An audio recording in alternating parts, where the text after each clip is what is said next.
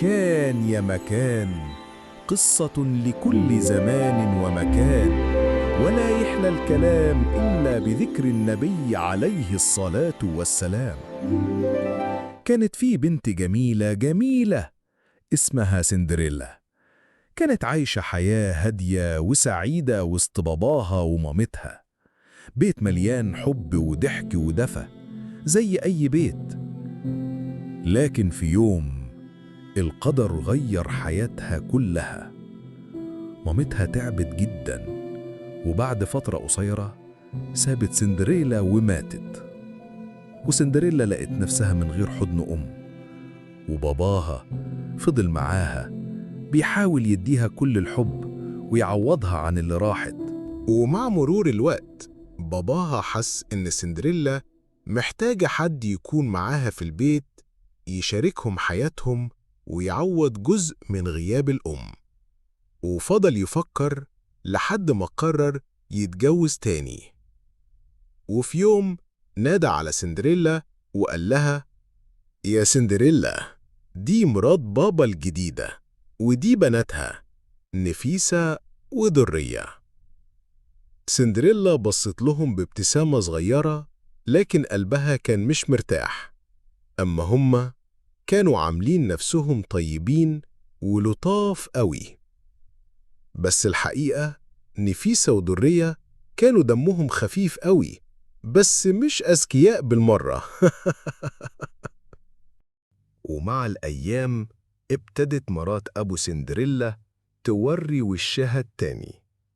بقت كل شوية تقول لها: اعملي كذا، خلصي كذا، وكانت بتخليها تشيل البيت كله على كتفها. أما بناتها نفيسة ودرية كانوا قاعدين طول اليوم ضحك وهزار ولعب، والشغل كله بيروح على سندريلا.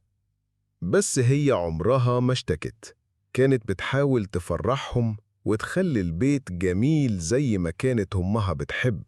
وبعد فترة مش طويلة جه اليوم اللي قلب حياة سندريلا رأس على عقب. أبوها العزيز توفى وسابها وحيدة في البيت الكبير مع مرات أبوها وبناتها. ومن هنا ابتدت الحكاية تبقى أصعب وأقسى. من اليوم ده حياة سندريلا اتغيرت تماماً. مرات الأب ابتدت تظهر وشها الحقيقي هي وبناتها، وبقت بتعامل سندريلا بقسوة وغلظة. لكن الغريب إنهم قدام الناس كانوا دايماً يبانوا طيبين ومحبين. وسندريلا الطيبة الرقيقة كانت بتخبي وجعها وما تحبش تحكي لباباها قبل وفاته عشان ما يزعلش، بس كان بيهون عليها وجود باباها في آخر اليوم. دلوقتي بقت لوحدها تواجه القسوة دي كلها.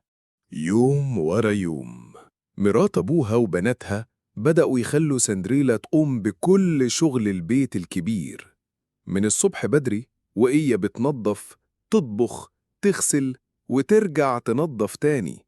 وفي الآخر ما تسمعش منهم كلمة شكر.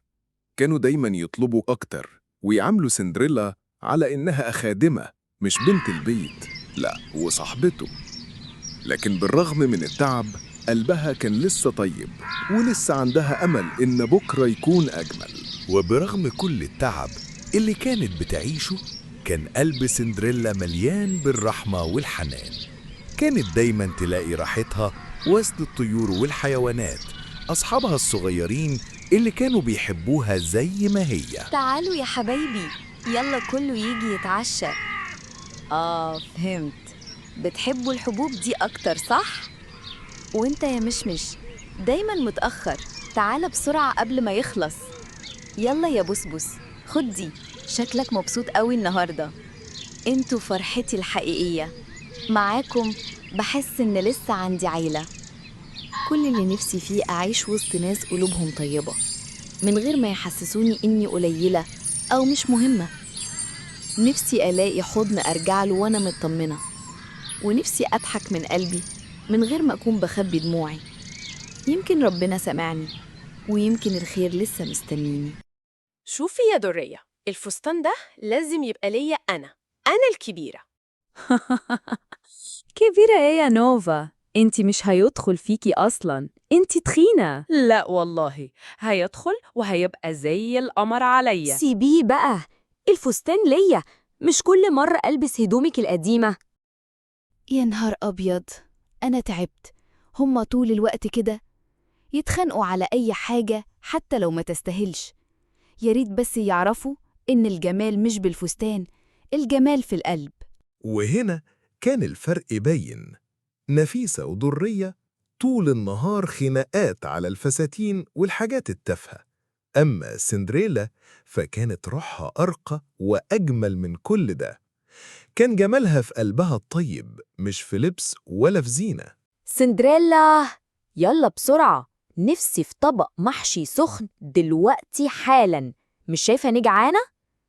وبالمرة اعملي عصير كمان، أنا مش قادرة أتحرك خطوة.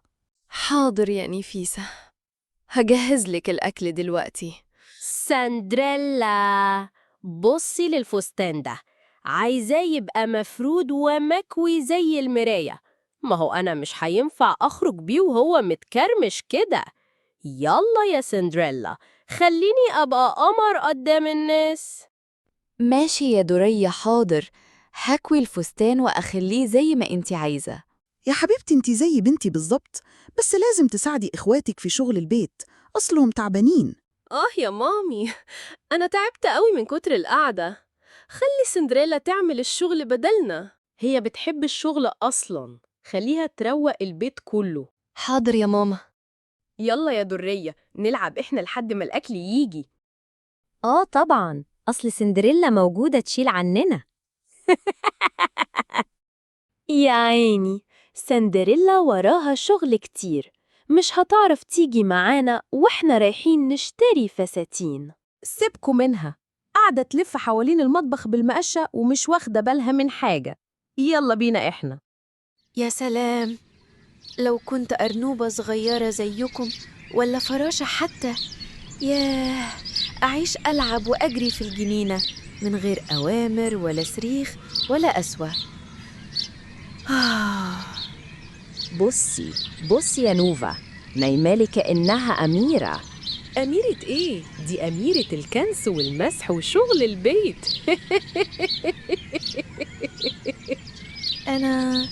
أنا بس كنت بحلم بالحرية وسط الطبيعة. انتي قاعدة بتعملي ايه كده ووراكي شغل؟ اغسلي الغسيل، لمي القديم وطبقيه وحطيه مكانه، انشري الجديد، امسحي البلكونات، لمعي الإزاز واكوي هدومي، وروحي شوفي لو نفيسة ودورية عايزينك تعملي لهم حاجة ولا لأ. حاضر، هخلص كل حاجة زي ما تحبي. الله على الفراشات الجميلة دي، بتطيروا زي الحلم.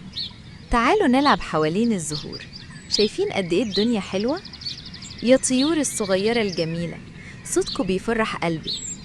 أنا بحبكم كلكم، انتوا أصحاب عمري. لما أبص السما والورد حواليا بحس إني مش لوحدي أبداً. افتحوا الباب، أمر من القصر الملكي. مين اللي بيخبط؟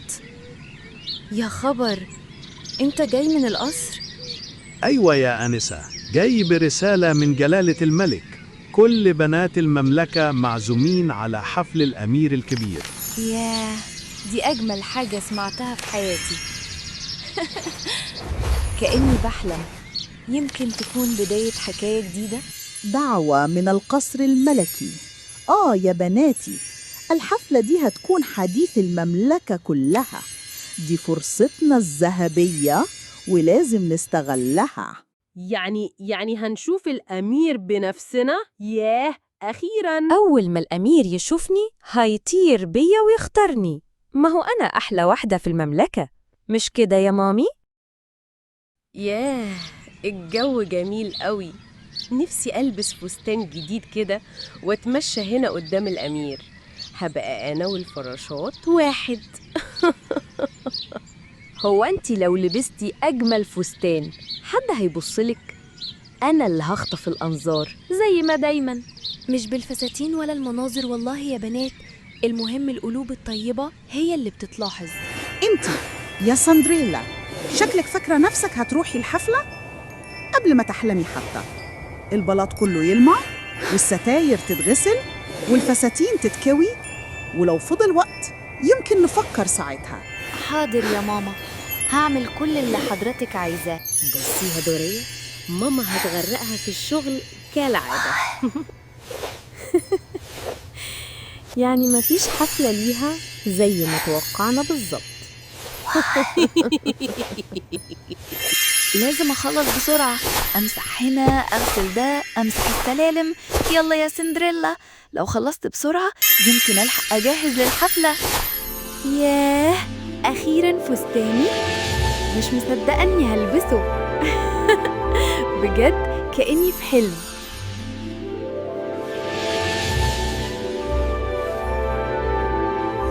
ياه، أنا مش مصدقة نفسي. بجد أنا بقيت زي الأميرة. قد إيه كنت مستنية اللحظة دي. أنا جاهزة، الليلة دي هتبقى مختلفة فعلاً. بصوا، أخيراً خلصت كل حاجة ولحقت ألبس. إيه رأيكم؟ انتي فاكرة نفسك رايحة فين بالفستان ده؟ الحفلة دي مش ليكي، مكانك هنا في البيت. بلاش يا ماما أرجوكي، أنا كنت مستنية اللحظة دي من زمان. سيبيني أروح عشان خاطري.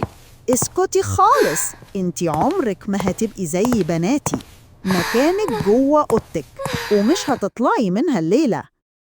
لا، بلاش تغديه، ده فستاني الوحيد اللي باقيلي من مامتي. سيبيني أروح الحفلة يا مرات بابا، أرجوكي.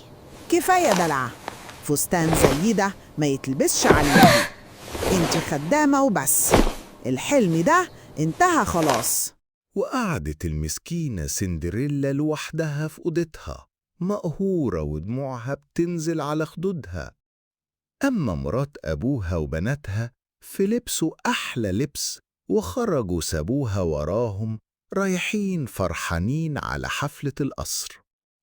وساعتها كان القدر محضر لها مفاجأة غير متوقعة. يا حبيبتي، ليه الدموع دي؟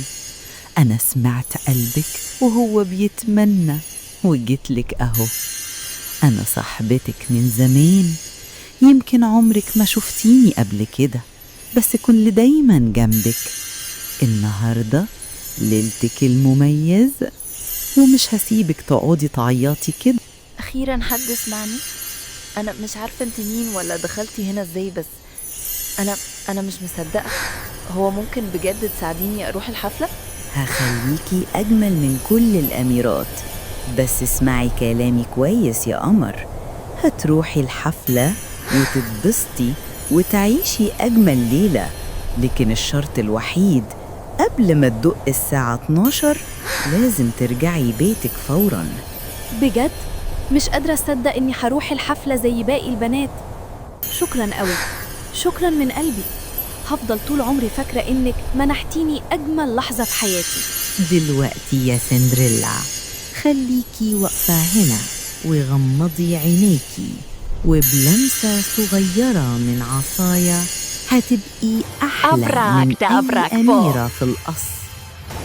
الفستان الغالي هيبقى فستان من أجمل الحرير والتول، والشبشب القديم هيتحول لجزمة بلور براقة، واليقطينة الصغيرة دي تبقى عربة فخمة من ذهب، والأرانب الغلابة يبقوا أحصنة بيجرروا العربة زي الفرسان.